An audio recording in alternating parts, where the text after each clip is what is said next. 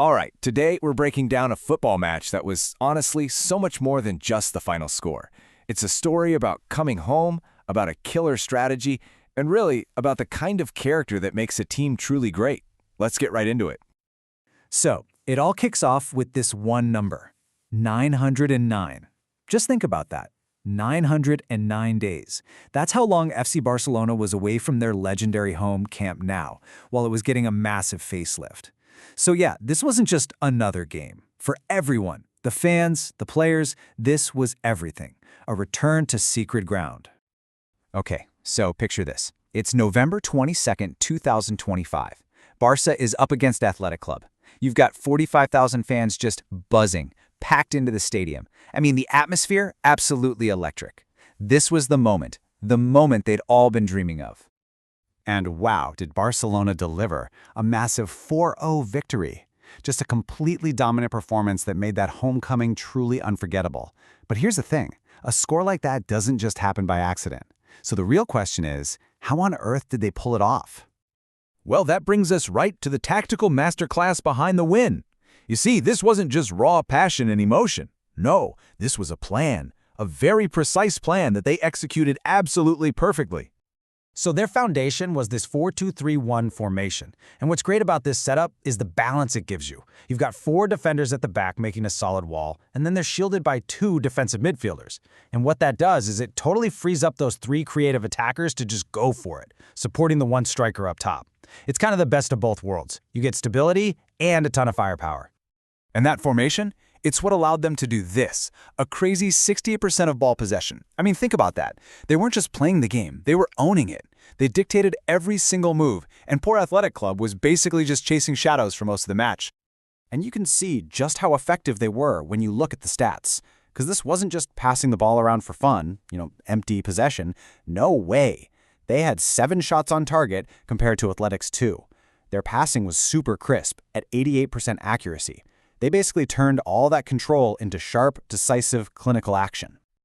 Okay, let's break down a moment of pure magic. That second goal.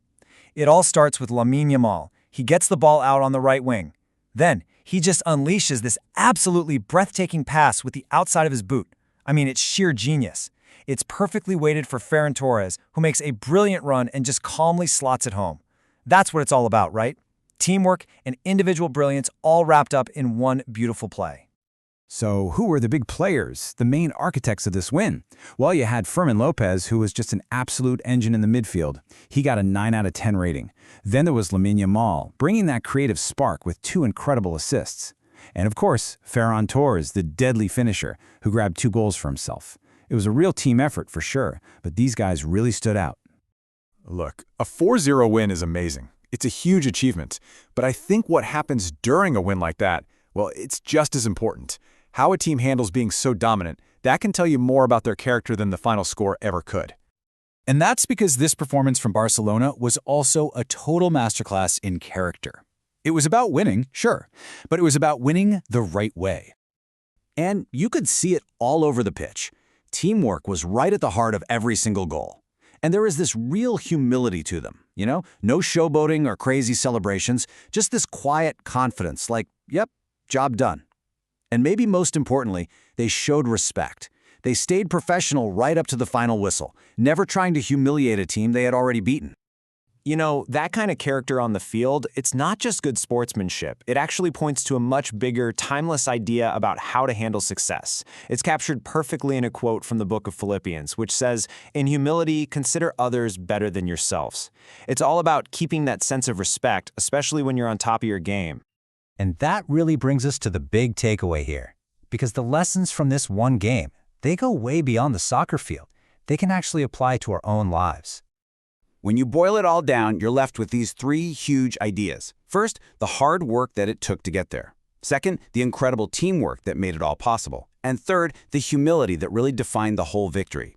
Honestly, those are the pillars of success no matter what you're doing. And the cool thing is, you can start applying these right now. Hard work? That just means putting in the effort every day, not just on game day or when the big test is tomorrow.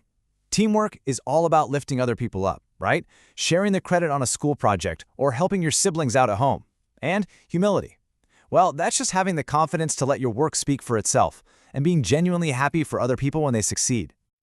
So as we wrap this up, I want to leave you with a question to chew on. Because look, it's one thing to admire these qualities in a sports team, but it's another thing entirely to actually live them out. So of those 3 big lessons from Camp Now, hard work, teamwork, or humility, which one are you going to focus on and put into practice this week?